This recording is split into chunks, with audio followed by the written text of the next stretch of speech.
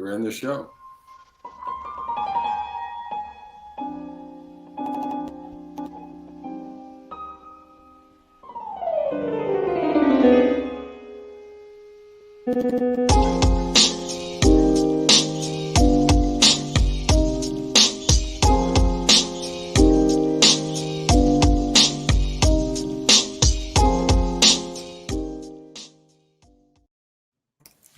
All right, we are live and we have grown to 3.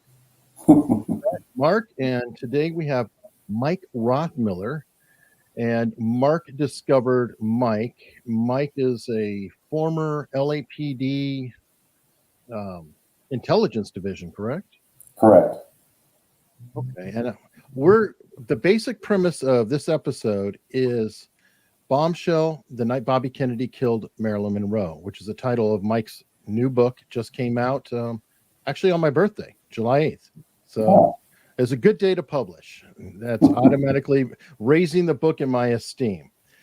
And I'm excited to talk about this. Before we get going, I decided again, if you are watching on the Eric Hunley channel, I put up the show in case you didn't know that we've spun off America's Untold Stories.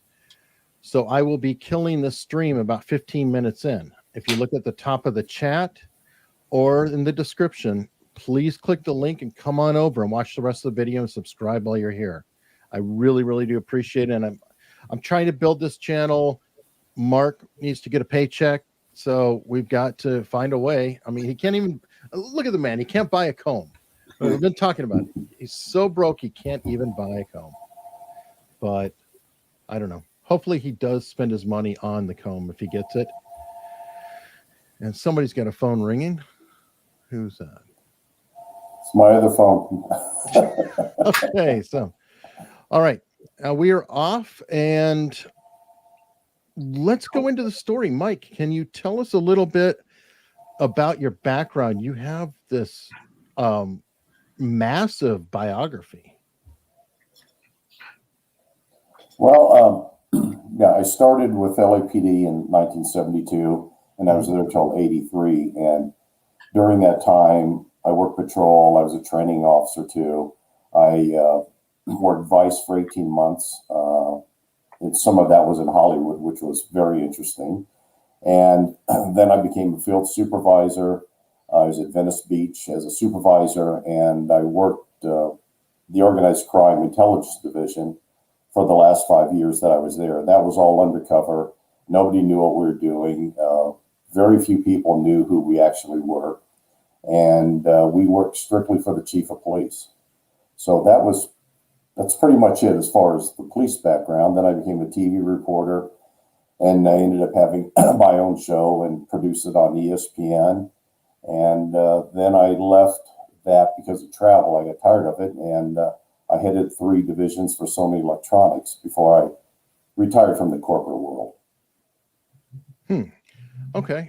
One thing I thought was interesting, I listened to another interview with you. I think you said that when you were in the intelligence division, one thing you never did as a cop was arrest anyone. Can you go into that? Yeah, sure. That's very true. When I was in there was roughly 60, 65 guys, detectives, and we worked in teams. And during the entire time I was there, we were prohibited from making arrests. We were strictly gathering intelligence. So that meant we did things that were out of the ordinary, that a detective would not do if he's building a case for prosecution. We were basically looking at like a J. Edgar Hoover's FBI. What we did is gathering intelligence on people. And out of that 5 years, not one person was arrested. The chief prohibited us from arresting people, no matter what. I knew of one case where an LA cop murdered a guy. We knew it. The homicide detectives knew it, but the chief of police said no, stop the investigation immediately. And that's what happened. But that was LAPD intelligence there. We never made an arrest. Now, Mark, you've researched a ton of LAPD, and people like Manny Pena and Hank Hernandez, and I'll be curious actually if Mike knew them personally, because I think their times overlapped. What are your thoughts? it's just surprising that the intelligence, it's not surprising that they didn't arrest anybody because Mike was in an intelligence gathering division, right, Mike? That's right. That's all that we did. It's not an arrest division. I mean, Manny Pena was in the bank robbery division out in Van Nuys, and other guys were doing different things. But the intel unit kept files on every single thing. And apparently, from what I read in the book, everybody was wiretapping Marilyn Monroe's house, right, Mike? I mean, there are multiple agencies there. Yeah, pretty much. There were a lot of people interested in that because of her connections with the Kennedys back then. And that's what we did. I mean, it was gathering intelligence, passing it to the chief of police. And also what a lot of people don't understand is that on major investigations, say a homicide happened in LA, like I saw these on the Black Dahlia, the Robert Kennedy assassination, Marilyn Monroe, and some others, what would happen, the homicide guys would do their criminal investigation. LAPD intelligence would do an intelligence investigation. We used our own tactics because we never told the homicide guys what we were doing, and they were never privy to our information. So they would go to court, present their case. Some of it was accurate, some of it would not be accurate, but the intelligence unit gathered information using a lot of different techniques, including intimidation, because we weren't going to prosecute anybody. We just wanted to find out what was going on and what actually happened. And that was at the direction of the chief of police.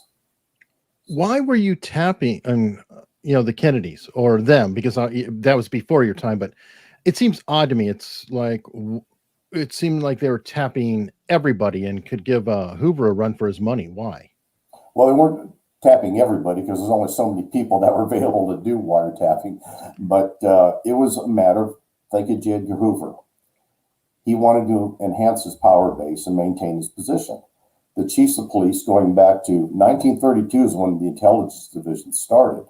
And they would gather information, and the more information you had on your foe, the better off you were because you could convert them. And it would also keep your, if you want to say, your friends in line when you needed them. If you had information on them, it came in very handy for the chief of police. Now, the wiretapping, like I said, there was just a few guys who could actually do it, but they would do it on targets given to them by the chief of police. Like Bill Parker was the chief when the Kennedys and Marilyn was around, and he had them tapping her phones. But the one guy who was doing it primarily for us at the time was a guy named Fred Otash, and Fred was an informant of mine. And Fred installed the bugs and the wiretaps in Marilyn's home and also in Peter Lawford's home. And so Fred was getting paid by LAPD intelligence, the FBI, the CIA, but it all started with Jimmy Hoffa. It came out of the Teamsters, were the first people to hire him to tap those lines. And so he would piecemeal out the information. He would give a little bit to the Teamsters through Hoffa's connection, and a little bit to the FBI, a little bit more to the CIA, but he claimed when I spoke to him about it that he would give everything he had to LAPD because he knew LAPD intelligence was the muscle in town where he was at, and he didn't want any trouble. I don't think he really did give all the information to us, but he was one of the primary sources for wiretapping people on behalf of OCID. Wasn't he the one who was the basis for the character? Was it Jack Geddes in Chinatown, or Jake Geddes? I believe so, and I heard recently, maybe a few months ago, that there's a book just came out, a novel based on Fred Otash, his escapades when he was in Hollywood and so forth. Okay, I have to admit the whole thing sounds a little suspect to me. I'm curious. So when you bring up Jimmy Hoffa, I don't know, Mark, you can confirm this or not. Did Paul Schrade run in the same circles as Jimmy Hoffa or know him at all? Paul Schrade, I've spoken to Paul quite a bit, and he wasn't, running, I think, with Hoffa, but he was a union rep at the time during the RFK shooting. Right. I mean, Schrade was United Auto Workers, but he was working in the aircraft industry out here out of Hawthorne. He wasn't dealing with the Teamsters out of Detroit. He was dealing with the Ruther brothers, but he was an organizer in the Democratic Party in California, and not, as Mike pointed out, in those circles with Hoffa, from what I understand. Now about Otash, he worked with the guy who was a Spindelli, Mike, the guy who was a Bob, Robert or Billy Spindle. Spindle? Yeah, Spindle went to prison. He was like the tech guy, from what I gathered. He would use his technology and his ability, whoever would pay him. Right. And so he did work for a lot of other PIs. He did work for politicians. Right. Whoever would pay him, he would do the work for. Is there any difference between Otash, just for our audience here, and a guy named Anthony Pellicano today? Would that be a similar situation, Mike, other than LAPD background? I think Otash was a little more over the line, a little more heavy-handed because of the time frame. Oh, wow. Okay. Where he worked. Wow. Pellicano, I spoke to him a couple times years ago, and I know he recently got out of prison. Yeah, he's been doing some PR lately. Yeah. And I think Fred was a little more heavy-handed than, assuming he was. Mm-hmm. And Fred had a lot of people on his payroll that he would pay. Mike, could you try to come forward? Can you try coming closer to the mic? I'm getting a lot of people saying they just can't really hear you well, and I'm trying to get your volume to. Okay. Yeah, I think that's sounding better. I appreciate that. All right. Back that off to. Okay. I'm sorry. Go ahead, Mark. No, I was just, I was wondering about Otash. I mean, he's obviously James Ellroy used him in Colt 6000 and he seems to be a recurrent fictional character, in Ellroy's work, and then LA Confidential. Obviously, Townsend took Chinatown from Ellroy, and that's where the Gittes character comes from again. He becomes this stereotypical private eye. Obviously, screenwriters have had changes to that character, but Otash was former LAPD, Mike? Was he a cop? Yes, he was. He was former LAPD. Right, but not Intel unit. He was just a regular. Right. No, he wasn't. Right. Anyway, so I wanted to ask you about getting into your book a little bit more about, the watch commander, James Clemens, who shows up, and what his role might have been in this thing, if any. I don't really see how Clemens has anything to do with this, other than he seems to take the call, and he's the desk sergeant that night and goes on his own for some reason over to the house. Can we go over the whole narrative before we go into the specific characters? So, yeah, maybe Mike can just give us a thumbnail on the narrative. Yeah. On the narrative, of what happened there. Let's start with that night, so we're not here. It takes 5 hours, but just that night, as you see it, Mike. As you see it. The condensed version. That night, Marilyn, knew that Robert was coming to town. Learned that basically through Peter Lawford. LAPD intelligence knew it. They had a surveillance on him when he came into town, as they always did. If he came in unannounced, and they knew they'd surveil him, see what he was doing, and so forth. And they went to the house that night. Otash had his recording equipment set up. He was taking care of that. Then, as they went through the evening, Peter Lawford and Robert were there. They got in an argument with Marilyn. They started searching the house. They got upset. Robert, as time goes by, put something into a glass of water, which Peter said. Gave that to Marilyn, drink it down. She complained of the taste. They continued to search the house a little bit more while she's sitting in the living room. And when they come back out from searching some of the rooms, she's out. She's completely gone. Lawford, at first he said, I thought she was asleep, but then he kind of changed the story when I was talking to him that he actually thought she was dead, probably. There's a knock on the door. Peter's worried that it's the cops that are coming because they were screaming, yelling in there. And Robert just says, we got to go. And they go to the door. They open it up. There are no words exchanged. And they walk past these two guys. and those two guys go in and close the door. Well, as it turned out, one of the guys was James Hamilton, who was the captain of Intelligence Division, who was very close with the Kennedys before they even got into office. He was doing favors for them when they'd come to LA, and I mean, some real interesting favors. They had a lot of parties, and he would help acquire some of the women and so forth. So that's what happened that evening. Then Jack Clemens, he gets the call. He was the watch commander in uniform, and he's the first guy there, and he starts talking to people who are in the house, and this is hours later. And when he was talking to me, so that I knew something was wrong right away, that things just didn't seem right, that the stories he was being told didn't seem accurate, and the people weren't acting like he thought they should. At a death scene, when a friend dies, you know, people, there's certain things that they normally do and how they react. And so in about, must have been probably a week or two later, Jack told me that he's at the station and these two guys come in wearing suits.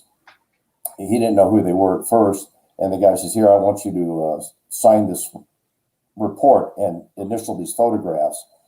And he said, what are you talking about? Because he wrote a thing called 15-7, just what you see, and you turn it in.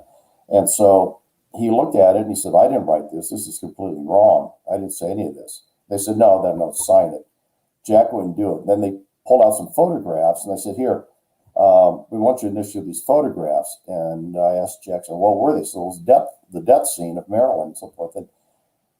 And that's not something that you do. The photographer takes it, his initials go on it with the DR number, the report number, but not somebody who was just there. You never initial these things.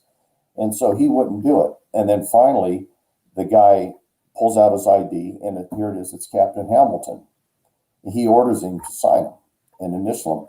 He wouldn't do it. And Mike, can you pull forward again? I'm sorry. It's just really tough then. So I asked Jack, I said, well, what was in the photographs? And he said that one that he really remembered well, he says, everybody's seen the photograph of Marilyn in bed holding a telephone. And he said, then there's a photograph of Marilyn in bed not holding the telephone. And he said, how can that be?